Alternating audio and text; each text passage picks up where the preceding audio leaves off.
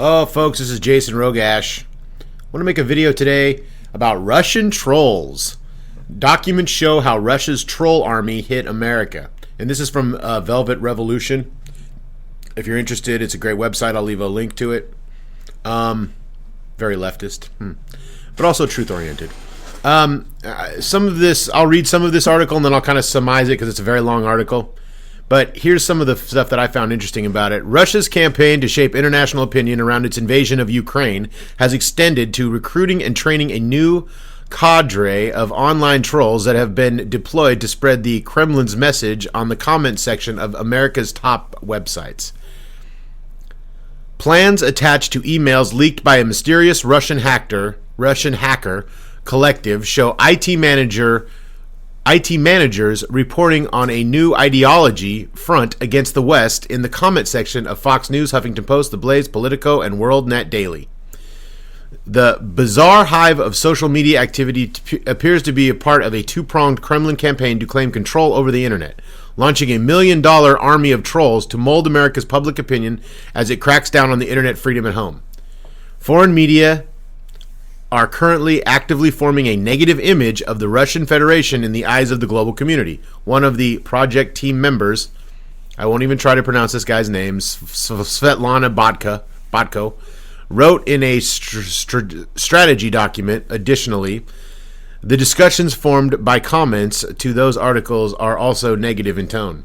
Like any brand formed, I'm quoting now, like any brand formed by popular opinion, Russia has its supporters, brand advocates, quote unquote, and its opponents. The main problem is that the foreign internet community, the ratio of supporters and opponents of Russia is about 20-80 respectively, meaning more people, they don't really like Russia compared to, they do like Russia, right?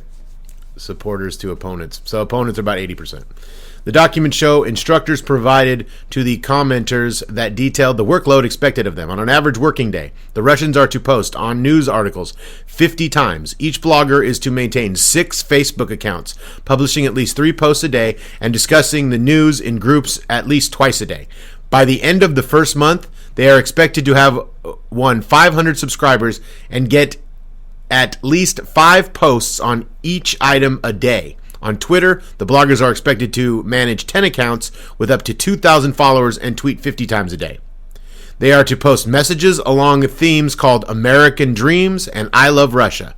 The archetypes for these accounts are called handkerchief, gay turtle, the ghost of Marius the giraffe, left breast, black breast, and ass, for reasons that are not immediately clear. Those are some of the names they use.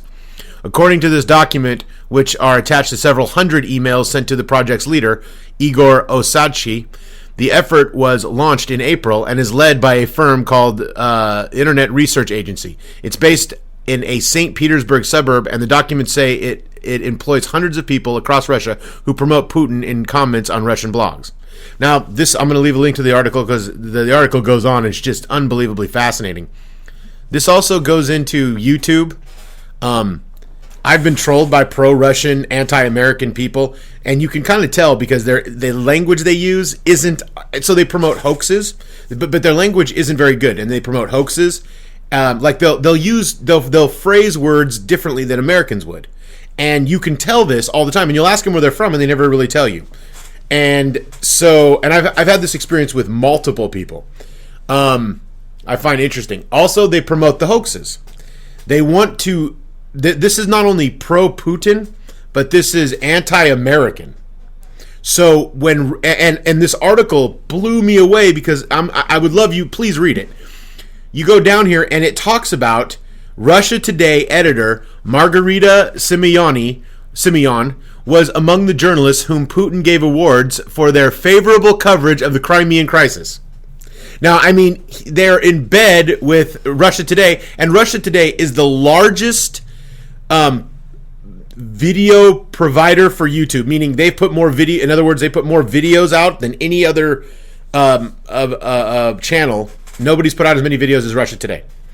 So, and it's amazing. They're anti-American to an unbelievable degree, and they have people on who advocate the Sandy Hook hoax, who advocate right-wing white supremacy, who advocate gold and silver collection and stacking. They advocate the gold standard. They advocate imminent dollar collapse. They bring on people like Peter Schiff and Max Kaiser and Alex Jones, people that are very, very anti-American and also con men.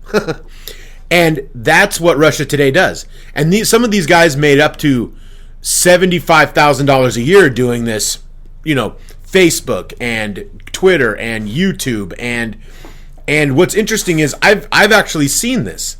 Some of these guys, they're just commenters. They're not. They'll flood some anti-American, don't trust the American government, and I think this goes into the Sandy Hook hoax theme that I'm always trying to find. There is an agenda to promote this as a hoax, and it could, in part, be coming from Russia. And this article starts to show that the anti-American agenda that the Russians are showing through paying people to troll social media and build a better view of Russia and to bash America. And it fits right in. You make people have complete fucking distrust of the federal government. You create rancor in your own country, in the own countries. And I've actually seen this. I've seen commenters who I knew were not Americans who would come off as American or maybe, and you would ask them, where are you from? And they never tell you. I'm not from Anchorage, Alaska. I do. And they don't make videos. I'm not talking about people that make videos. I'm talking about people that comment and push these videos and promote them and mirror them. It's bizarre. And I think this is like proof positive. I mean, and they show the budget for, goes back to 2014. The budget is for 25 employees and their expenses that originally, that's 75 grand I was talking about. They could make a year. And each employee could make up to, wow. I mean, they had 600 people involved in this, and just in one section. The budget, it was over $10 million in 2014 alone. And half the budget is paid in cash. I mean, and this is by the Russian government. So, America is doing the same fucking thing. I mean, the Pentagon is doing the same fucking thing. But it's amazing to me. And I think a lot of this Sandy Hook shit, these dummy accounts that come up, these people like Professor Doom and Fetzer and Max Resistance, and I think these guys in part are being used. I think Alex Jones, the Russian element, promotes this anti-government, libertarian, Ayn Randian, von Mises, Chicago school fucking nightmare. How bad America is, and how and that's what the right wing does. This is certainly fascinating. I implore you to read this and maybe do a little more investigation on it. I as well will. But this is mind-blowing. Thank you for listening, and proof that the Russians are actually trolling American social media and trying. And I think it fits in with Sandy Hook. I think it fits in with promoting everything as a hoax. It certainly the morons like Professor Doom or Fetzer or whatever come out with these ideas. They make a video, and then they get fake dummy accounts that promote them. In part, they're stupid people as well, but in part they get these fake dummy accounts. And a lot of this could just, I mean, I know it almost sounds ridiculous, right? It almost sounds like we're coming from, it almost sounds like communist propaganda, but it isn't. This is from Russia. This is coming from a Russian IT guy. This wasn't CIA. If this is exposed that the Russians are doing it, of course America's doing it, and probably on a bigger level. But really, I mean, the Obama administration was shown to do this. I mean, Facebook recently with Mark Zuckerberg and Glenn Beck. Glenn Beck looking into Mark Zuckerberg's eyes, and he doesn't think he's doing anything wrong, suppressing Donald Trump and suppressing certain right-wing conservatives because, Glenn Beck doesn't like Donald Trump anyway, and he was supported Cruz, and Facebook loves Cruz, and Facebook loves Glenn Beck, so... it was interesting to watch that whole thing, and Alex Jones, of course, just went after Glenn Beck and Facebook and this whole thing, and the demon Glenn Beck, the demon Facebook, the demon Mark Zuckerberg. So, but this is interesting that Russia is infiltrating social media and bashing America and promoting itself. And one of the ways you could do that is if you promoted everything as a hoax, and the federal government is coming for your guns, and the federal government is trying to destroy you and take you over. Thank you for listening, and please check out the article below. Have a great day.